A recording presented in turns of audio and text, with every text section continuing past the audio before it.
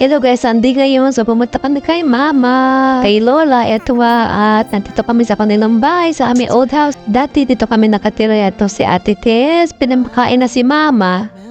Thank God at nakalabas na siya ng hospital at okay naman siya. Normal naman ang kanyang mga vital signs, ayun lang. Ito ngayon ang kanyang apo, si Bea. Binabalita niya, siya daw ay may karangalan at tuwang-tuwa naman itong si Lola. At sabi niya, wow. Tinanong ni Lola kung ilang taon ka na. Sabi naman ni Bea, 17 years old. Sabi ni Lola, dalaga ka na pala, Bea. Ayan, at mahal na mahal niya. Miss na gawag pa niyang Lola. Siya nga Kaya napuntahan daw namin ang kanyang lola dito sa old house. Si Lola pala ay hindi na nakakatayo dahil sa rheuma, pero thank God at normal naman ang kanyang mga vital signs at wala siyang sakit. Ayan, si Bea, napaka-sweet naman talaga sa kanyang lola dahil si Lola ang nagpalaki sa kanya. Binabalitahan niya ang mga bagong pangyayari sa kanyang buhay, lalo na ang pagkakuha niya ng award sa school.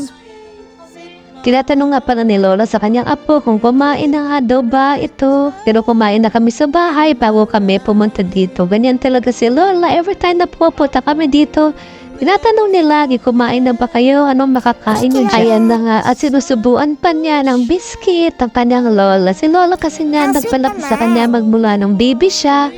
Ayan, at siya naman ngayon ang nagpapasubo kay Lola ng biscuits. Kayo po, may lola rin ba kayo? Nakatulad ni Mama, 92 years old na siya.